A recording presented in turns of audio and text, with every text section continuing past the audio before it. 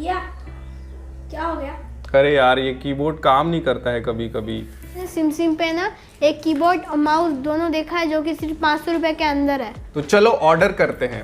One eternity later. Run. भैया parcel आ गया।